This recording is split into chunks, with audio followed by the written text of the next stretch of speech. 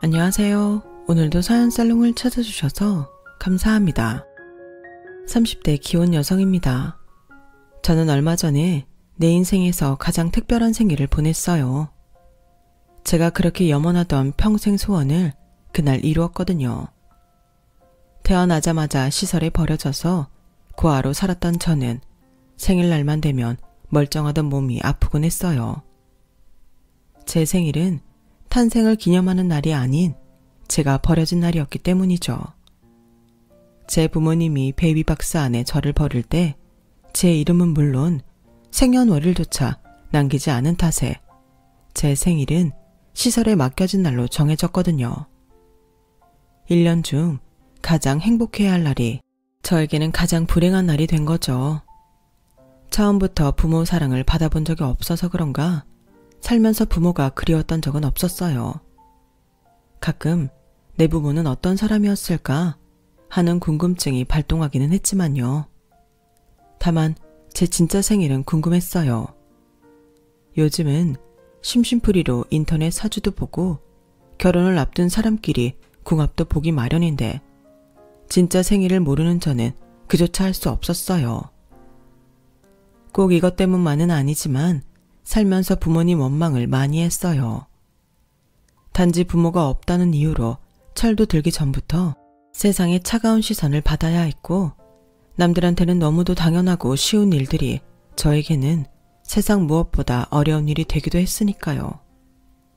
학창시절 제가 제일 부러웠던 게 뭔지 아세요? 어린이날 부모님과 놀이동산 가는 거요. 비 오는 날 엄마가 학교로 우산 가지고 오는 거요. 아니요. 그보다는 부모님이랑 싸우고 집을 나온 친구들이었어요. 가출 자체가 부러웠다기보다는 그들에겐 뛰쳐나올 집과 가정이 있다는 게 부러웠기 때문이죠. 제게는 처음부터 그런 건 없었으니까요. 나를 지켜줄 부모가 없다는 건 돌아갈 집이 없는 것과 같았어요.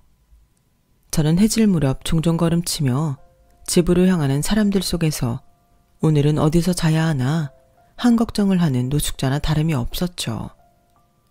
사춘기가 지나던 시점부터 시설에서 퇴소한 뒤 어디서 어떻게 살아야 하나 고민을 했던 저였기에 늘 정서적으로 불안했던 것 같아요. 그랬던 저를 지긋지긋한 불안감에서 해방시켜준 사람이 있었어요. 바로 제 남편이었죠. 남편과 저는 중학교 동창이었어요.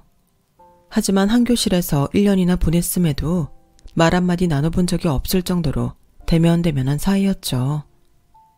그랬던 남편과 다시 만나게 된 건 21살 즈음이었어요. 당시 저는 시설에서 퇴소한 지 1년 남짓된 시점이라서 아직은 홀로 서기가 버거웠던 때였어요. 장학금으로 받은 돈으로 월세방을 구하는데 다 써버려서 수중에 돈 한 푼 없었던 저는 아르바이트를 하며 생활비를 벌고 있었어요. 친구들은 대부분 대학에 진학해 한창 소개팅을 나가선 때였지만 그때는 저는 생존이 먼저였기에 그런 친구들을 부러워할 새도 없었어요. 그저 다음 달 생활비를 버는데 급급했거든요. 편의점 알바에 고깃집 알바, 전단지 알바까지 닥치는 대로 일을 했지만 일이 익숙지 않은 탓에 얼마 못 가 잘리기 일쑤였어요. 그러다 보니 매달 수입이 들쭉날쭉했죠. 당시 제 소원은 어떤 일이든 상관없으니까 매달 고정 수입이 보장되는 정규직이 되는 거였어요. 그리고 그 기회는 우연찮게 찾아왔어요. 저는 그날도 편의점에서 알바를 하고 있었는데 낯익은 얼굴의 손님이 가게 문을 열고 들어오더라고요. 정확한 이름은 기억이 안 났지만 분명 얼굴은 익숙했기에 물건을 고르고 있는 손님을 곁눈질로 살폈어요. 계산대 위에 1+1 커피를 2개 올린 손님은 10,000원짜리 한 장을 내밀었어요. 그리고는 잔돈과 커피 하나만 챙겨 들고 가더라고요.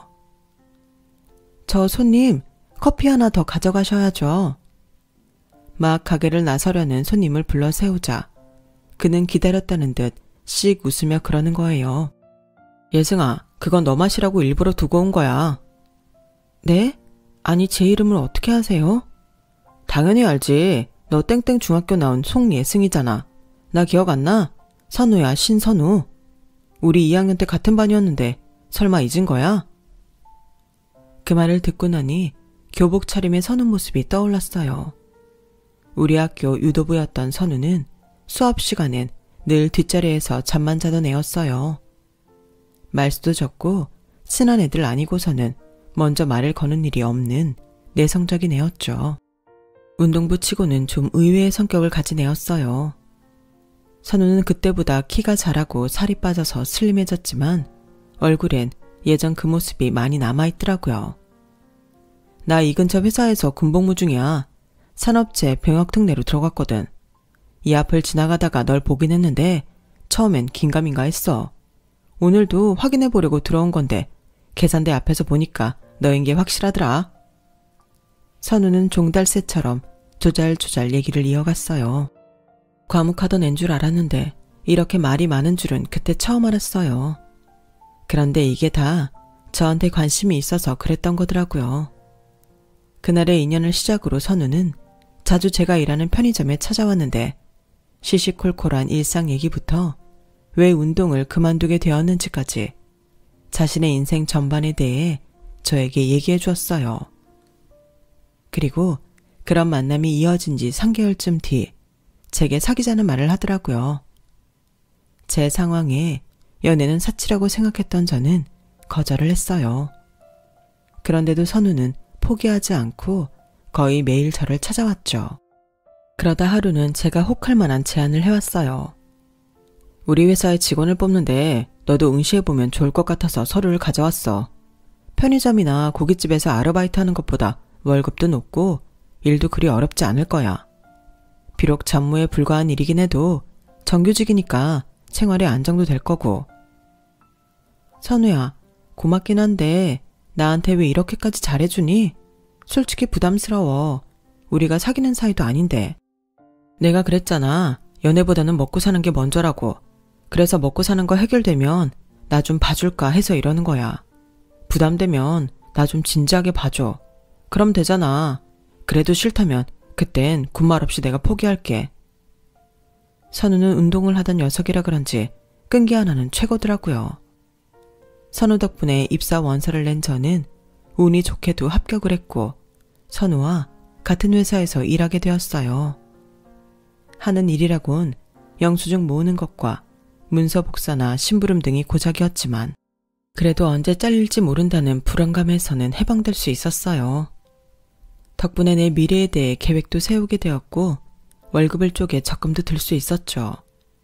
그리고 또 하나 연애도 하게 되었어요. 바로 선우랑요. 선우랑 연애를 하는 동안 선우는 병역 기간이 끝났지만 회사에 남기로 했어요. 사측에서도 그러길 원했고 선우 역시 그러길 바랐거든요. 같은 회사에 다니면서 연애를 이어간 우리는 자연스레 결혼까지 이어지게 되었어요. 물론 그 과정은 쉽지 않았죠. 부모가 일찍 돌아가신 것도 아니고 부모 손에 버려져서 시설에서 자란 고아를 양팔 벌려 받아줄 시부모는 거의 없으니까요. 특히 저희 시아버지처럼 근본을 중요하게 생각하는 분한테 저는 며느리감으로 최악이었어요. 나 원참, 그러니까 나한테 근본도 모르는 애를 며느리로 받아들이라는 거냐? 하고 많은 여자 중에 왜 하필 저런 애야? 내가 널 남들보다 못 가르치기랬냐? 못 먹이기랬냐? 남들 하는 거 다 해줬는데 네가 뭐가 모자라서 저런 애랑 결혼을 해? 이봐요 아가씨, 그쪽 사정은 딱하지만 그렇다고 내 새끼 인생에 흠집 내면서까지 그쪽을 받아들일 수는 없어요. 그러니까 우리 애랑 인연은 여기까지다 생각하고 다른 사람 찾아가세요. 아버님, 그러지 마시고 저 좀 예쁘게 봐주세요. 제가 정말 열심히 노력할게요. 집안에 누 끼치지 않도록 말 한마디 행동거지 하나까지 아버님 가르침에 따라 배워나가겠습니다. 그러니 헤어지란 말씀만은 걷어주세요. 아니, 내가 그쪽 부모도 아닌데 뭘 가르칩니까? 그런 거는 그쪽 부모님 찾아서 가르쳐달라고 하세요. 난 더 할 말 없으니까 가봐요. 더 길게 얘기해봤자 서로 감정만 상하니까 이쯤에서 물러나라고요. 아버지, 정말 왜 이러세요? 아버지 아들이 뭐가 그렇게 잘났다고 예승이한테 이러시냐고요. 따지고 보면 저도 그렇게 환영받을 만한 신랑감 아니에요. 학벌이 있기래요. 직장이 번듯하기래요. 모아놓은 돈이 있기래요. 저 별거 없는 놈인 거 아버지도 잘 아시잖아요. 아버지가 입버릇처럼 하시던 말 기억 안 나세요? 네 형 반만큼만 해라. 네 형은 잘하는데 왜 넌 못하냐. 툭 하면 형이랑 저 비교하시면서 인간 취급도 안 해놓고 왜 며느리감 앞에선 대단한 아들인 것처럼 포장하시냐고요. 뭐가 어쩌고 저째? 이놈의 자식이 여자한테 홀리더니 눈에 애비도 안 보이냐? 이봐요 아가씨, 이게 다 그쪽 때문이야. 더는 내 집안에 분란 일으키지 말고 당장 나가라고. 처음 인사를 드리러 간 날 저는 아버님 손에 떠밀려 집에서 쫓겨났어요. 남편은 그 일로 아버님과 크게 다투곤 집을 나왔어요. 그리곤 제가 살고 있던 원룸으로 들어왔어요. 선우야, 네가 이렇게 집을 나오면 어떡해. 그럼 아버님이 더 나를 미워하실 거 아니야. 부모 자식 간에 사이까지 벌려놓은 여자를 며느리로 받아주시겠냐고. 그러니까 집에 들어가. 응? 날 생각해서라도 들어가라고. 싫어. 우리 아버지는 내가 집에 들어간다고 해서 이 결혼 허락해 주실 분이 아니야. 그리고 너마저 날 내쫓으면 난 갈 곳도 없어. 그래도 나보고 나가라고 할 거야? 갈 곳이 없다는 말이 가슴에 박혀서 결국 저는 선우를 받아들이고 말았어요. 그렇게 우리는 제 작은 원룸에서 동거를 시작하게 되었죠. 아버님 반대만 아니라면 우리 둘 사이에는 아무런 문제가 없었어요. 오히려 함께 지내니까 너무 좋더라고요. 늘 혼자였던 원룸이 선우의 채취와 온기로 가득 차서 더는 춥지도 아프지도 않았거든요. 함께 시장을 보고 휴일에 딱 붙어 앉아 TV를 보는 것도 소소한 행복 중 하나였어요. 그렇게 2년이 지나갈 무렵 아버님이 회사로 찾아오셨더라고요. 선우 형이 결혼을 한다며 결혼식에 참석하라고 하셨어요. 선우가 싫다고 하자 의외의 말을 덧붙이셨죠. 걔도 데리고 와라. 네 형이랑 형수한테 인사는 시켜야지. 2년이나 한 집에 살았으면 니들도 하루빨리 날 잡아. 식을 올려야 할 거 아냐. 언제까지 남사스럽게 그러고 살 거야? 아버지, 그럼 저희 결혼 허락해 주시는 거예요? 별 수 있냐? 니들 멋대로 살림까지 차린 마당에 내가 반대해봐야 뭔 소용이 있겠어. 대신 결혼하거든 집에 들어와 살아라. 내 조건은 그거 하나다. 요즘 같은 시절에 시집살이를 하라고 하면 누가 좋아하겠어요. 하지만 저는 그게 싫지 않더라고요. 지금까지 늘 외톨이로 살아온 처지라서 가족들로 북적이는 집안 분위기가 너무 부러웠거든요. 그래서 흔쾌히 수락을 했어요. 오히려 걱정을 하는 건 선우였죠. 정말 우리 아버지 집에 들어가 살 거야? 네가 몰라서 그러는데 우리 아버지 함께 지내기 불편한 분이야. 너도 형 결혼식에 와봐서 봤겠지만 우리 아버지한테 자식은 형 하나뿐이나 마찬가지거든. 나한테 그러시는 것처럼 아버지는 툭하면 형수랑 널 비교하실 거야. 네가 아무리 잘해드려도 너한테 관심도 안 주실 거라고. 따로 살면 몰라도 매일 그걸 보고도 참고 살아야 하는데 그런데도 괜찮겠어? 비교든 차별이든 상관없어. 가족끼리 부대끼고 살아본 적 없는 나한테는 그것도 부러운 것 중 하나였으니까. 너무 걱정 마. 내가 잘할게. 그때는 모든 게 다 좋게만 보였어요. 나한테도 드디어 가족이 생겼다는 사실에 당장 눈앞에서 벌어지지 않은 상황에 대해서 다 참고 넘길 수 있을 것만 같았거든요. 하지만 막상 남편 말 따나 그런 일을 당해보니 속도 많이 상하고 야속하기도 하더군요. 형님은 친정도 잘 살고 좋은 대학을 나와 이름 있는 회사에 다니던 사람이었어요.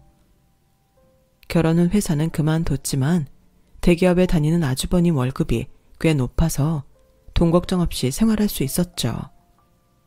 가끔 아버님 생신이나 명절에 집에 올 때 보면 차림도 그렇고 늘 좋은 향기가 풍겼어요. 아, 이거 바디 오일 향일 거야. 난 따로 향수는 안 쓰거든. 왜? 향기 마음에 들어? 동서도 하나 사줄까? 아니에요. 그냥 형님한테는 늘 좋은 향이 나서 여쭤본 것 뿐이에요. 근데 동서는 왜 그렇게 자기를 안 가꿔? 피부도 그렇고 머릿결도 그렇고 완전 푸석푸석 하잖아. 동서 이러면 도련님이 딴 데 눈 돌릴지도 몰라. 우리 도련님 여자들한테 인기 많을 타입이잖아. 얼굴 잘생겼지, 체격 좋지. 게다가 과묵하기까지. 남한테 뺏기고 나서 후회 말고 있을 때 잘 챙기라고. 형님은 자기가 쓰는 바디 오일이며 헤어 오일, 그 밖에 고가의 화장품까지 세트로 맞춰서 퀵으로 보내주셨어요. 그 금액이 자그마치 제 한 달 월급 가까이 되었죠. 여보, 형님이 이렇게나 보내주셨는데 난 뭘로 보답하지? 어지간한 거 사드렸다간 마음에 안 차 하실 텐데 걱정이네. 하긴 뭐래. 그냥 당당하게 써. 자긴 그래도 돼. 어머, 어떻게 그러냐. 사람이 받은 게 있으면 주는 것도 있어야지. 근데 가만 보면 자기는 자기 형수한테 너무 냉담한 것 같아. 형님이랑 무슨 일 있었어? 일은 무슨 일, 그런 거 없어. 말은 그렇게 했지만 분명 뭔가 있는 것 같았어요. 하지만 본인이 없다고 잡아떼기만 하니 제가 알 길이 없었죠. 지나고 보니 아마도 그때 이미 남편은 집안 돌아가는 사정을 눈치채고 있었던 것 같아요. 제 남편이 중학교에 들어가던 무렵 어머님과 이혼을 한 아버님은 남자 혼자 몸으로 두 아들을 키우셨어요. 유명한 프랜차이즈 식당을 하고 계신 데다 주식으로도 돈을 꽤 벌고 계셔서 금전적으로 여유가 있으셨죠. 그 덕에 남편과 아주버님은 비록 엄마와는 생이별을 했지만 유복하게 자랄 수 있었어요. 그런데 제가 시집을 올 때만 해도 건재하던 아버님 재력이 하루가 다르게 쪼그라들기 시작했어요. 서울과 지방에 가지고 있던 상가와 땅도 몇 년 사이 많이 처분을 하셨고 은행 융자까지 받으신 것 같더라고요. 형님, 요즘 아버님 일이 잘 안 되시나 봐요. 용인 땅이랑 남양주 상가까지 정리하시더니 얼마 전엔 은행에 융자 신청을 하신 모양이더라고요. 혹시 형님은 뭐 알고 계신 거 있어요? 동서, 걱정하지 마. 아버님이 주식에 목돈을 넣어두셔서 당장 현금이 없어 그런 거니까. 주식 팔면 한 번에 해결돼. 형님은 별일 아니다른 듯 말했지만 그래도 왠지 걱정이 지워지지 않았어요. 제가 아무리 주식에는 문외한이라지만 상식적으로 생각해도 그렇잖아요. 돈이 필요하면 주식을 팔아서 만들지 뭐하러 은행에 비싼 이자까지 주면서 돈을 빌렸어요. 그래서 남편한테 슬쩍 물었더니 그러는 거예요. 형수가 그래? 주식에 돈이 묶여서 그랬다고? 참, 웃기고 있네. 누구 때문에 아버지가 은행 돈까지 빌리게 됐는데. 형이고 형수고 정말 대책 없는 인간들이야. 도대체 무슨 일이 있는 건데 나한테도 말 좀 해줘. 당신이 알아서 좋을 일이 아니니까 그러지. 자기는 뱃속의 아기를 생각해서라도 좋은 것만 듣고 좋은 것만 생각하라고. 나머지 일은 내가 다 알아서 처리할 테니까. 그리고 그리 큰일도 아니니까 형수 말대로 걱정 안 해도 돼. 저를 생각해주는 남편 마음은 고맙지만 한편으로는 서운했어요. 저도 이 집안 며느리인데 저희 집에서 저만 모르는 일이 벌어지고 있으니까요. 남편이 제게 숨겼던 그 비밀은 몇 년이 저 지난 뒤에야 제 귀에 전해지게 되었어요. 뭐 일찍 알게 되었다고 해도 제가 어쩔 수 있는 일이 아니었지만요. 당시 저는 형님보다 먼저 임신한 탓에 은근히 형님 눈치를 보고 있었어요. 형님이 말은 안 했지만 아이 때문에 맏며느리로서 받는 스트레스가 이만저만이 아니었을 거예요. 그래서 제가 오히려 더 형님 눈치를 살피게 된 거죠. 평소 형님과 저를 끔찍하게도 차별을 하던 아버님이 제가 임신했다는 소식을 들으시고는 많이 달라지신 것도 큰 몫을 차지했고요. 며느리 사랑은 시아버지라는 말이 무색할 정도로 제게는 늘 냉담하시던 아버님이었지만 제 임신 사실을 들으시고는 완전히 달라지셨어요. 집에 오실 때마다 제가 좋아하는 과일이며 군것질거리를 한가득씩 사오셨거든요. 뿐만 아니라 어떻게 하셨는지 튼살크림이며 철분제 같은 것들도 사다 주셨어요. 작은 애야, 배가 나오기 시작한 것 같은데 임산부 마사지 같은 거라도 받아야 하지 않겠니? 넌 회사 일까지 하는 애라서 몸에 무리가 많이 갈 거 아니냐. 내가 그런 쪽으로는 아는 데가 없으니까 큰애한테 부탁해두마. 아버님, 그러지 마세요. 형님한테 그런 것까지 부탁하는 건 좀 그래요. 제가 먼저 임신을 한 것도 형님한테 미안하거든요. 형님이 말은 안 하시지만 얼마나 속상하시겠어요.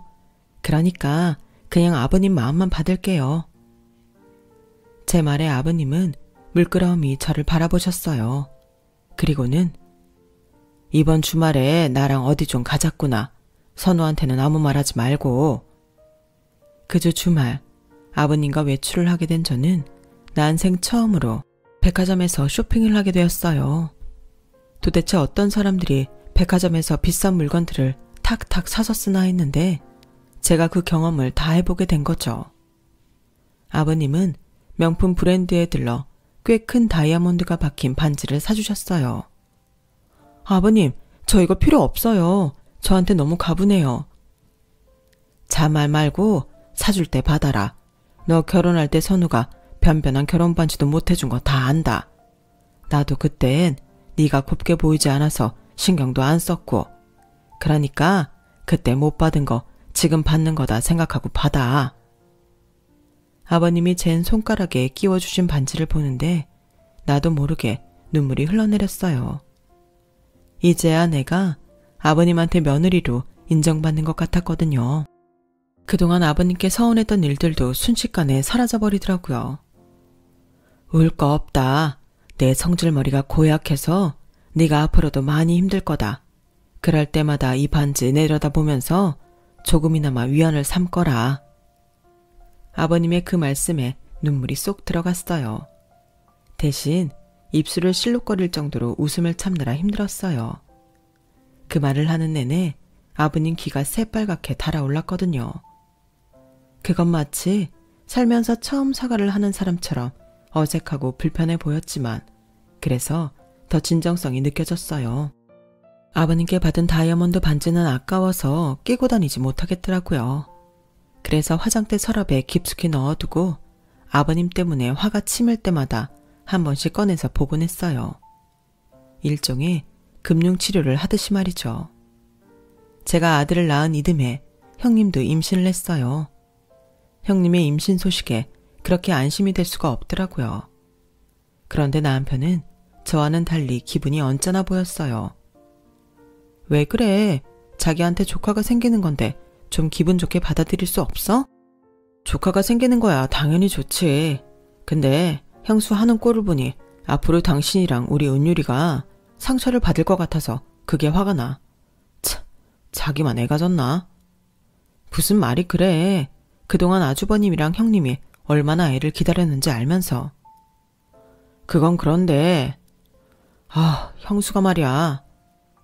남편 말을 들어보니 형님이 병원에서 임신 진단을 받자마자 아버님한테 달려가 임신 선물로 아버님 가게 명의를 자기 앞으로 돌려달라고 했다더라고요. 가게는 아버지 노후 대책용인데 그걸 임신 선물로 달라는 게 말이 돼? 그동안 지들이 가져간 게 얼만데. 땅이고 상가고 다 팔아먹었으면 양심이 있어야지. 도대체 얼마나 더 아버지 등골을 빼먹겠다는 거냐고. 그래놓곤 아버지 모시는 건 당신한테 다 떠넘기고 도대체 자기들이 하는 게 뭐 있냐고.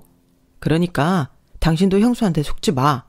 그 사람이 당신 이용해 먹는 거라고. 수년 전 남편이 제게 비밀에 붙였던 그 일을 저는 그제야 알게 되었어요.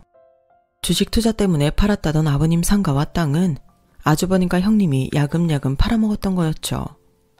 그 돈은 회사를 그만두고 사업을 시작한 아주버님 앞으로 몽땅 들어가 버렸고 사업이 여의치 않자 아버님한테 은행 대출까지 부탁했던 거예요. 그러는 와중에도 형님의 씀씀이는 여전했고 평범한 가정주부가 생활비로 매달 수천만 원씩 써대며 사치를 부려댔죠. 아이가 생긴 이후에는 교육비라는 명목하에 엄청난 돈을 써댔어요. 그건 고스란히 아버님이 부담을 하셨고요. 아주버님 내외가 벽장 속 곶감 빼먹듯 아버님 재산을 쏙쏙 빼먹은 탓에 결국 아버님 가게도 몇 년 뒤 팔아치우게 되었어요. 권리금으로 받은 돈도 아주버님 손으로 들어가 버렸고요. 이제 아버님 수중에 남은 건 집 하나뿐이었어요.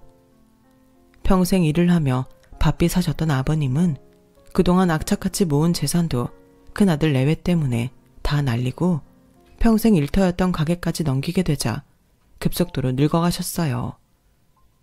늘 큰 소리치고 떵떵거리며 사시던 아버님은 더 이상 자신이 아무 쓸모없는 인간이라고 느끼셨는지 어깨도 축 처지고 사람들도 만나길 꺼려하셨어요.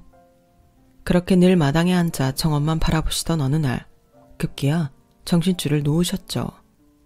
제 아들 은유리를 보고 자꾸 제 남편 이름을 부르시더라고요. 선우야, 아빠랑 야구하러 가자. 작년 어린이날에 사준 글러브 있지?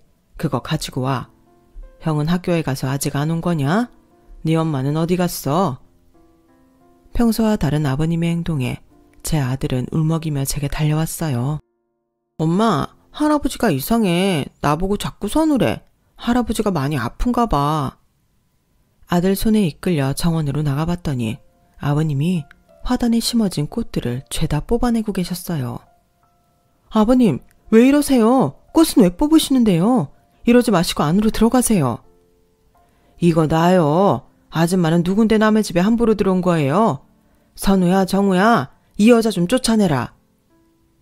저를 못 알아보시는 아버님 앞에서 저는 그만 주저앉고 말았어요.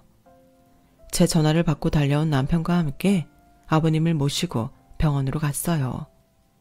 그리고 그렇게 치매 진단을 받으셨죠. 중증 치매라서 병원에서도 원한다면 시설에 모실 수 있도록 조치를 취해주겠다고 하더군요. 병원에 가서도 아버님은 제 남편 얼굴도 못 알아보시고는 자꾸 선우랑 정우를 데려오라고 난동을 부리셨죠. 남편은 아버님 주먹에 맞으면서도 묵묵히 아버님이 벗어던진 신발을 신겨드렸죠. 그날 밤 남편의 호출에 아주버님이 집으로 오셨어요. 두 형제가 정원에서 한참 얘기를 나누었죠. 간혹 큰 소리가 나기도 했지만 얘기가 잘 끝났는지 밤 11시 무렵 아주버님이 집으로 돌아가셨어요. 아주버님과 얘기를 마친 남편은 제게 아버님을 시설에 보내드리자고 말했어요. 아주버님이 자기네는 절대 아버님을 못 모신다며 시설로 보내자고 했다더군요. 말이 시설이지 한마디로 아버님을 버리겠다는 거 아니야? 힘드니까 부모를 버리자고? 어떻게 자식들 입에서 그런 말이 나와? 그래서 당신도 그러자고 한 거야? 별 수 없잖아. 우리가 모시기엔 역부족이니까. 무엇보다 그렇게 되면 당신이 힘들어져. 날 위해서라고? 어이가 없네. 여보, 가족들한테 버려지는 게 어떤 건지 날 보고도 몰라? 그게 얼마나 가슴에 깊은 상처가 되는지 날 보고도 모르겠냐고. 알아. 하지만 안 그러면 당신이 너무 힘들어져. 나 회사 가고 나면 당신 혼자 우리 아버지를 보살펴야 한다고. 내 아버지도 소중하지만 나한테 너도 소중해. 그런 거라면 방법을 생각하면 되잖아. 정부에서 지원하는 홈케어 프로그램도 있고 정 안 되면 파트라도 간병인을 부르면 돼. 자기야, 아무리 우리가 힘들어도 아버님 이렇게 포기하면 안 돼. 부모를 버리는 자식이 어딨어? 아버님 시설로 보내고 나면 당신도 가슴 아플 거야. 죄책감 때문에 힘들 거라고. 그러니까 하는 데까지 해보자. 어? 제 설득에 남편도 더는 고집을 부리지 않았어요. 그렇게 저희 부부는 치매에 걸린 아버님을 모시고 살게 되었죠. 그런데 그 소식을 들은 형님이 전화에 대뜸 그러더라고요.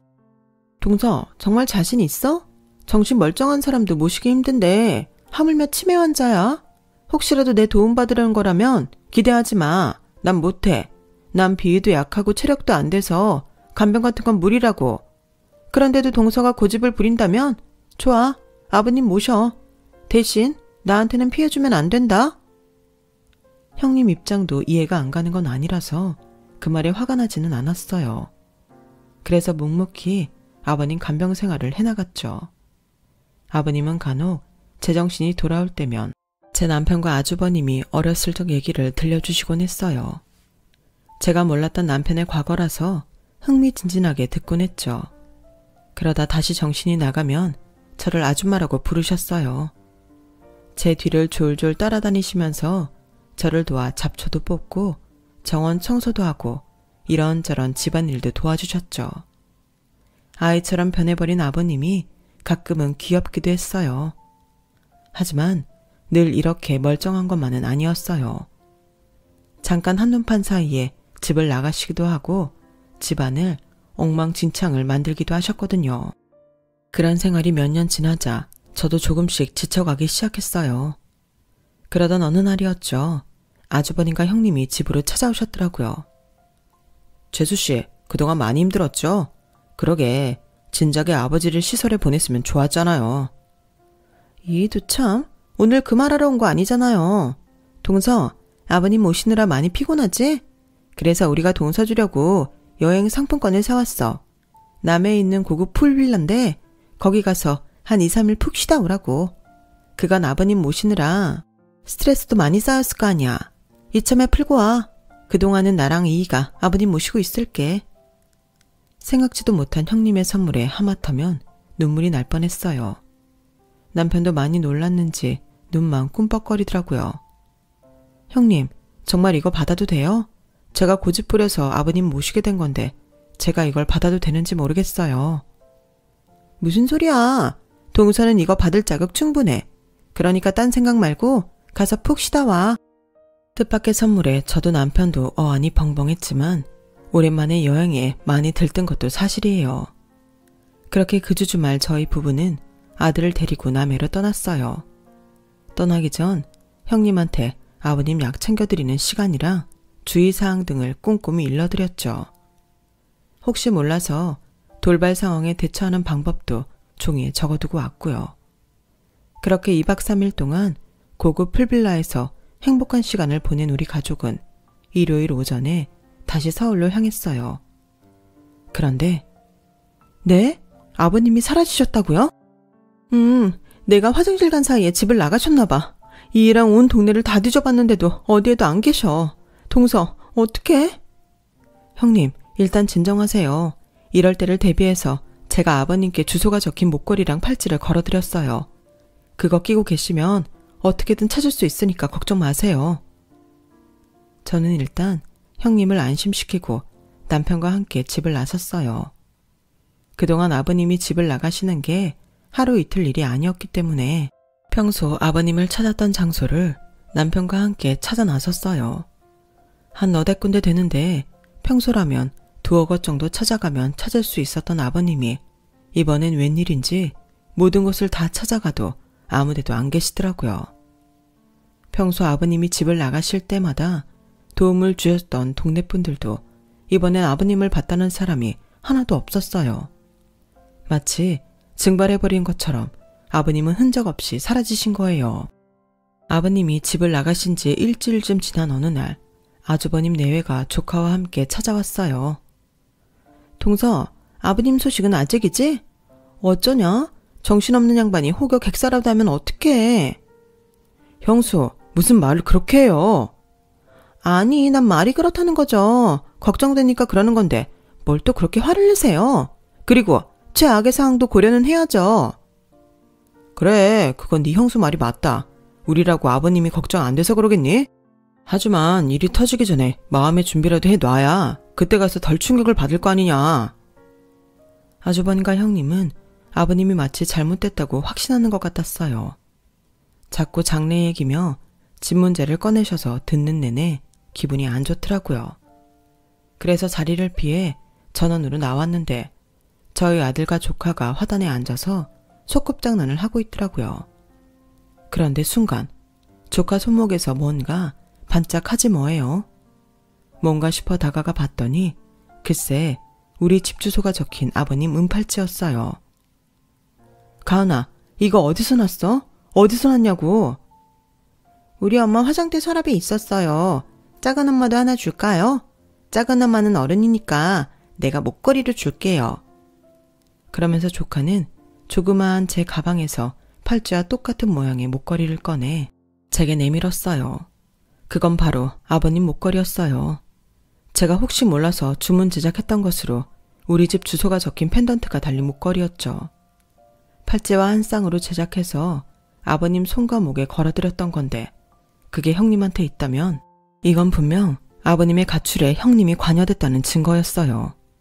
조카한테 팔찌와 목걸이를 빌린 저는 집 안으로 들어가 형님 앞에 목걸이와 팔찌를 내밀었어요. 그걸 보자 형님과 아주버님이 귀신을 본 것처럼 놀라더군요. 그게 왜 동서한테 있어? 그건 내가 물을 말인데요. 아버님이 하고 계셔야 할 목걸이랑 팔찌가 왜 형님 화장대에 숨겨져 있었는지 직접 말해보시죠. 여보, 자기는 당장 경찰 좀 불러. 아무래도 우리 아버님이 이 사람들한테 어떻게 된 것 같아. 어서.